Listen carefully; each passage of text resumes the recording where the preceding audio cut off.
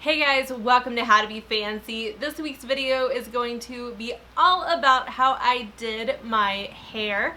Obviously it's a little bit different than what I had before. I wanted to go back to the bright neon colors and just get rid of the dark roots that had developed. For about the past 6 weeks I have been not using any sort of hair dye in my conditioner or any sort of touch-ups or anything like that, just washing my hair like I normally would, maybe even a little bit more, to kind of help fade the color a little bit so that it would be easier when I went to do a complete change on the hair. I figured that would be a little bit more gentle than trying to strip out a bunch of color. So keeping that in mind, the first thing that I did was to wash and dry my hair. Now, I normally wouldn't do this, but I thought I would try it for this video because sometimes I have a hard time with bleach taking in my hair, particularly around the my hairline. Basically, I have a hard time getting that to lift, and so I thought I would try it on a fresh, clean canvas. After doing that, I started to bleach my hair. I just mixed up equal parts of bleach and 30 volume developer.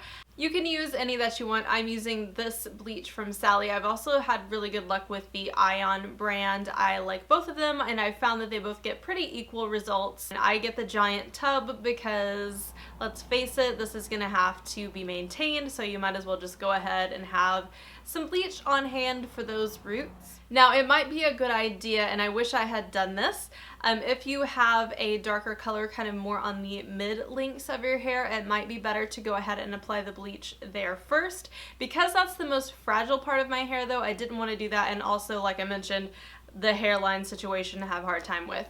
So I just went ahead and started at the root and brushed that through, kind of letting it taper off toward the ends because I really was trying to avoid getting bleach on the driest part of my hair, which is the ends. And I actually used just a little bit of jojoba oil on some areas that were extra dry to keep the bleach from really stripping it. So once that is completely saturated throughout the hair, I left that on for about 15-16 minutes. And then I went and rinsed it out. When I rinsed it out, I noticed that a few little bits right in the middle, you can see as I'm kind of combing this out, were just a little too dark. I was afraid that they would kind of show through the color that I wanted to add.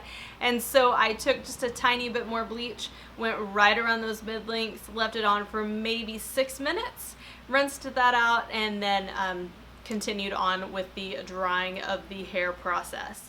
Now, I wasn't exactly sure what I wanted to do with my hair color. I know that seems crazy, but I had kind of a vague idea, and I had ordered some colors that I wanted to try, but I wasn't sure exactly how I wanted to work it out. But so I just kind of started mixing the colors that I wanted to use in a bowl. Now, this is the Arctic Fox hair color. I've never tried this before, but I followed them on Instagram and have seen some really good results, so I wanted to give them a shot.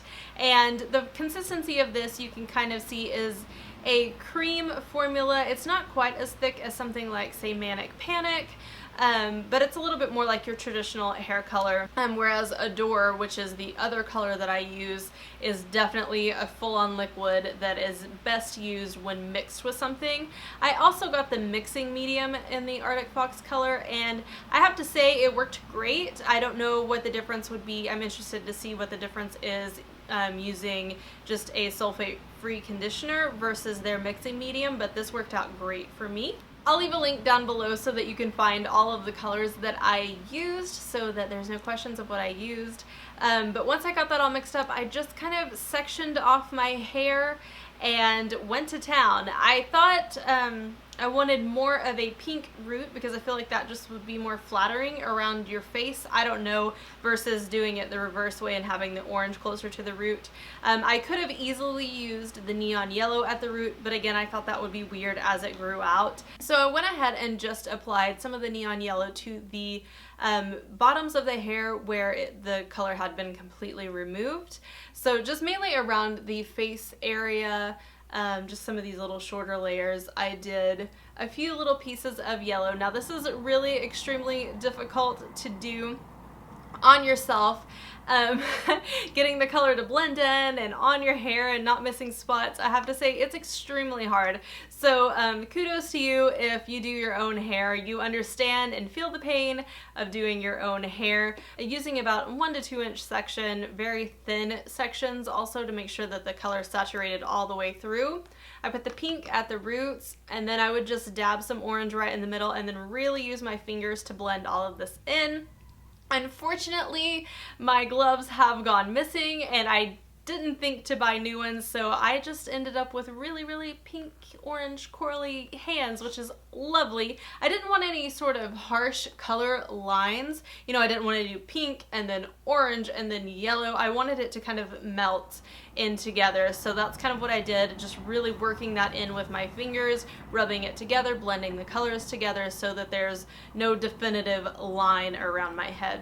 Essentially, just saturate your entire head in color, and then once you've done that, I left that on for about an hour and a half. This is a vegan dye. There's no developer in it, there's nothing harmful in it, so you can leave it on really as long as you want or need to, but I found that this color takes really, really quickly, so after an hour I knew that it was ready to be rinsed out. Side note, I do have to say that the boy came home around this time and he walked in and was like, oh my gosh, it smells like fruit in here, because the hair dye smells so sweet and like fruit, and kind of makes you want to eat it a little bit, but don't do that. And this is pretty much the final result. Of course, I have styled it, but I didn't have too significant of damage to my hair.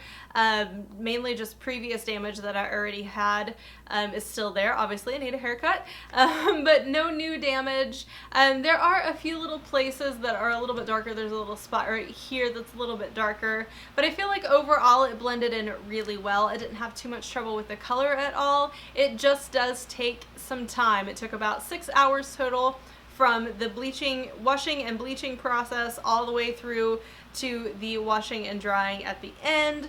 A couple of notes about the color. This color is fantastic. It's probably one of the best neons that I've ever used. I imagine the neon yellow, if you have white blonde hair, you would get incredible results with this. Obviously, I didn't need to go full on white because the colors I'm using are a little bit more saturated, so you don't always need to take it all the way to that white state. But the whiter your hair is when you go to bleach it, then when you add the color onto it, the more true to tone it will be. Normally when I color my hair a crazy color, my shower just turns that color because there's so much in the water that washes down that it just kind of stains everything. This didn't stain hardly any at all. In fact, I barely got any color on my little hair coloring towel that I use. So I have to say that was really impressive. I've never had that experience with a hair dye before, particularly vegetable dyes and unnatural colors. So if you're interested in Arctic Fox, I'd say definitely give it a try. Again, this is just, I just saw them on Instagram and liked some of the colors that they had, so I thought, hey, I'll give it a shot, and really liked them. So I'll leave that link down below so you can find them. If you have any questions at all, make sure to leave those down below. I'm happy to answer them. I know hair can be a tricky situation, and so I'm here to help as much as I can. Again, I'm not a professional. I just like messing with my hair, but if I can help you at all, I am more than happy to do that. Hope you guys enjoyed this video. Just wanted to give you a quick heads up that on September 16th, I will be doing a live stream with a few fancy ladies. We are going to be reviewing some classic films over the next few months, so if you want to pop over in the live stream on September 16th, we would love to have you.